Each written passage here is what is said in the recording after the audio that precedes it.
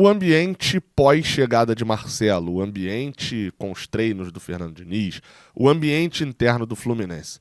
Esse é o tema desse vídeo aqui. Eu sou Gabriel Amaral, eu sou jornalista por formação, sou tricolor de coração. E esse vídeo aqui, ele tem informações de bastidores. Você que assiste aqui o Raiz Tricolor, você sabe que eu não estou muito acostumado a trazer esse tipo de notícia exclusiva. Inclusive, sempre falo que é muito difícil de dar esse tipo de notícia. Por quê? Porque quando eu trago uma notícia normal aqui, uma notícia corriqueira, Fábio vai acertar com o Fluminense. Fui eu que trouxe essa exclusiva. Você vê, se o Fábio acertar, eu tô certo. Se o Fábio errar, eu tô errado. Simples de decidir. Quando é uma notícia de bastidor, obviamente que ninguém vem a público para poder confirmar. Assim como, na verdade, é muito mais provável que venham a público negar. Isso acontece bastante. Só que eu tenho muito cuidado com isso, para justamente dar, porque eu sei que a minha credibilidade está em jogo, dar uma notícia de bastidor bem apurada, com várias fontes, extensas fontes. E esse é meu objetivo aqui nesse vídeo. Se você não quiser acreditar, pô, Gabriel, não faz sentido, não quero acreditar, vou acreditar no clube que pouco depois negou. Provável que faça isso, inclusive. Beleza, é sua opinião. Mas eu acredito que eu mereço um voto de confiança da sua credibilidade, dado todo o meu histórico. Eu não caí hoje de paraquedas, estou há 5 anos no YouTube e não tenho nenhuma fake news nas costas, nada disso carregando aqui nas minhas costas. Pelo contrário, por não precisar da notícia exclusiva, só dou notícia exclusiva quando está super bem apurado. E quando é de um interesse público, como é a questão do Marcelo. A chegada de Marcelo no Fluminense foi muito feliz, muito legal, show e etc. A gente cobriu tudo e ficou muito feliz. Marcelo chegou como uma grande contratação do Fluminense na década.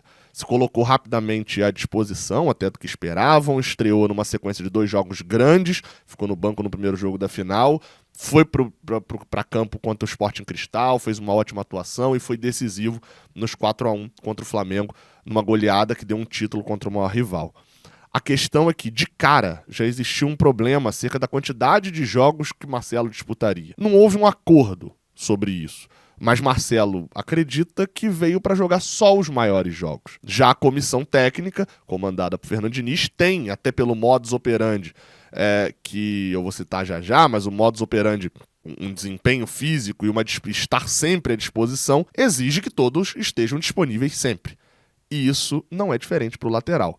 Cria-se aí um dos primeiros pontos. Há no Fluminense de Fernando Diniz uma cultura do sem sacrifício não vem vitória. Isso aí já foi falado publicamente, inclusive pelo próprio Diniz. Isso envolve, claro, principalmente a parte física. A gente já ouviu muito forte sobre os jogadores, né, sobre uma carga de treinamentos muito forte, jogadores falando em entrevista. A gente já ouviu sobre Germancano, quanto mais correr, mais gols ele vai fazer, o Fernando Diniz falando sobre ele. E vale um asterisco aqui sobre essa cultura, de que há internamente, inclusive, quem atribua parte das lesões, como a de Nino e a segunda lesão, né, a lesão do muscular, né, do Alexander, a essa lógica de sem sacrifício não vem vitória, ou com sacrifício vem vitória. O clima era leve na sequência de vitórias, mesmo com essa exigência altíssima física. Após as derrotas, se tornou problemático o clima. Pressão gera lesão, né? Você tem que botar o time titular o tempo inteiro. Lesão gera derrota. Você vai com um time desfalcado. E derrota gera mais pressão. O retorno antecipado e a pouca rotação da equipe são pautas comuns internamente dentro do Fluminense, por essa ala que atribui as lesões à questão mais da comissão do Fernando Diniz. Mas, com todo o grupo fechado, obviamente, esse assunto não roda tanto e seguem todos fechados com a comissão técnica. Já do lado da comissão técnica e da direção, o olhar é de que as lesões são normais de acontecer numa sequência de jogos. Azar e fatalidade. É isso que tem acontecido para gerar as lesões no Fluminense. Nada que seja declarado internamente, mas há um olhar meio torto dos membros da comissão do Fluminense, mais fixa, para os métodos utilizados por Fernando Diniz e sua comissão. Os novos métodos, tudo novo e tal, principalmente na área física. Ou seja, vira um jogo de empurra. A culpa é da comissão do Diniz, a culpa é da comissão do Fluminense, a culpa é da sequência de jogos, a culpa é dos jogadores que, sei lá, devem ter alguma culpa aí nesse meio. Porém, quem mais se manifestou sobre toda a questão física, etc., foi o Marcelo. Insatisfeito, o Marcelo fez reclamações internas que não foram bem recebidas internamente, inclusive pelo resto do grupo dos jogadores. Uma delas, inclusive, resvalou em Hilton Petroni, famoso filé.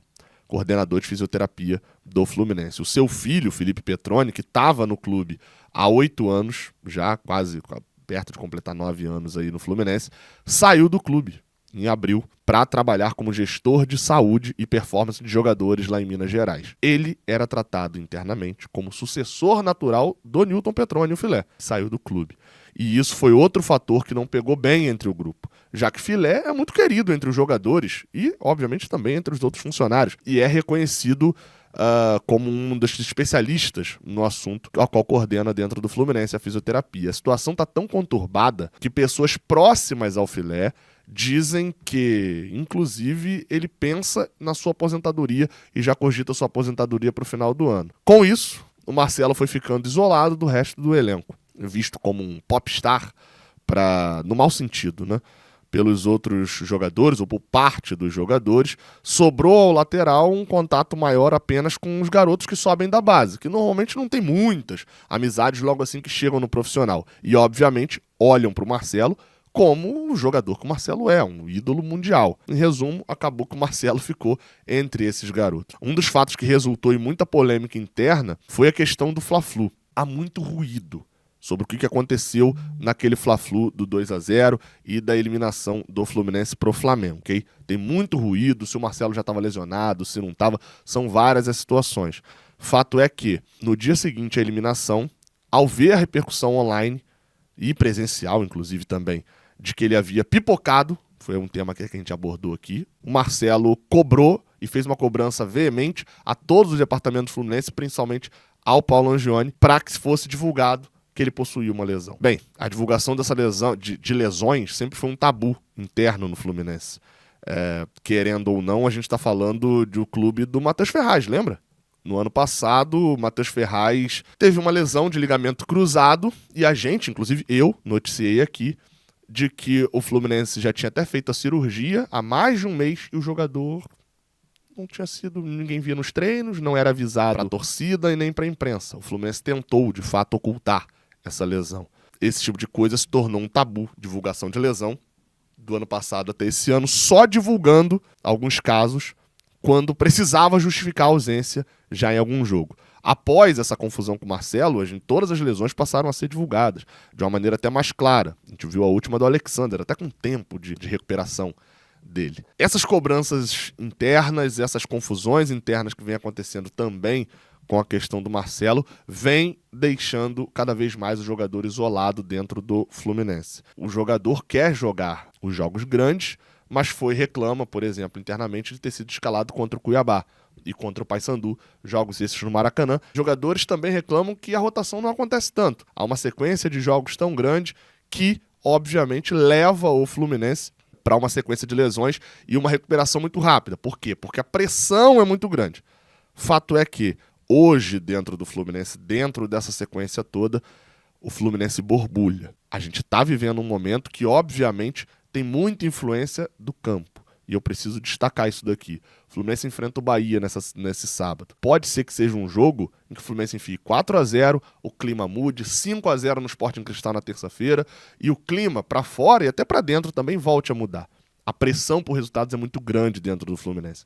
Uma das minhas fontes, inclusive, me falou que tá difícil ver sorrisos de vez em quando você sai da frente das câmeras. Todo mundo sério, ninguém pode dar entrevista. Por exemplo, só para vocês terem noção, o Fluminense do dia 9, dia 10 de abril, né, pós-título carioca, até hoje, dia 22 de junho, só fez uma entrevista no CT. Ninguém viu treino, ninguém foi lá, ninguém vê nada. Justamente porque o clima vem se deteriorando. A chegada do Marcelo foi muito importante para o título carioca, esse é fato, todos concordam. Mas no extracampo está sendo difícil de administrar. Há uma rusga, é Marcelo versus Diniz. Eu não estou criando nada disso. Tudo isso são informações. Tem uma questão, principalmente, desses lados, dessas questões de Marcelo e a sua visão sobre a forma como está sendo aparelhado ali fisicamente o Fluminense. Tem a visão da comissão permanente do Fluminense, que já está lá há um tempão e que olha o Marcelo chegando querendo mudar tudo e a comissão do Diniz também mudando tudo. Tem a visão da comissão do Diniz, de que com vitórias o sacrifício vai valer a pena, então se sacrifiquem. E vamos, é a filosofia do modo de jogo do Diniz, que eu já fiz vídeo aqui, inclusive, falando. A galera fica, o dinizismo é tocar a bola. Não, é muito mais do que isso. Tem a visão dos jogadores também, além do Marcelo, né? Dos jogadores da base que querem mais oportunidade, dos jogadores do time principal que querem mais rotação. Ninguém fica satisfeito quando vê que o capitão do time que se dedica o tempo inteiro não é poupado num jogo contra o Goiás e perde a sua primeira convocação para a seleção brasileira. Fato é que o ambiente borbulha. Muito provavelmente o Fluminense pode negar informações e etc. Mas é um fato. Toda vez que se fala com alguém de dentro do Fluminense, se inicia essa pauta, ou a pessoa cospe problemas, ou a pessoa nega veementemente que haja um problema, talvez tentando ocultar a participação da imprensa. Eu, no geral, posso receber mais informações e trazer outro vídeo aqui. Ou talvez não. Ou talvez a gente tenha ótimos repórteres que vão continuar apurando toda essa situação. Fato é que há um problema da forma como está hoje. E eu espero muito que isso não seja uma pauta recorrente e que a gente conserte e vá bem no campo. Mas não é o cenário de hoje. É isso. Essas são as informações que eu tinha, apuradas, com certeza. Novamente, para poder reforçar aqui no final. Eu não tenho o menor objetivo, e acho que vocês sabem disso, de aparecer. Ai, nossa, ele tá fazendo isso para aparecer. Não tenho o objetivo de usar o Fluminense, a instabilidade do Fluminense para aparecer, porque já sou aqui no YouTube o maior canal do Fluminense, tenho uma audiência legal e estou totalmente satisfeito com isso. Meu objetivo é informar, porque obviamente eu torço pelo Fluminense e quero o Fluminense melhor. O ponto é esse, beleza? Não tenho objetivo, nossa, agora porque tá perdendo, quer achar. Não. Não é nada desse objetivo. É só trazer a informação. Beleza? Tamo junto. Até a próxima. Valeu.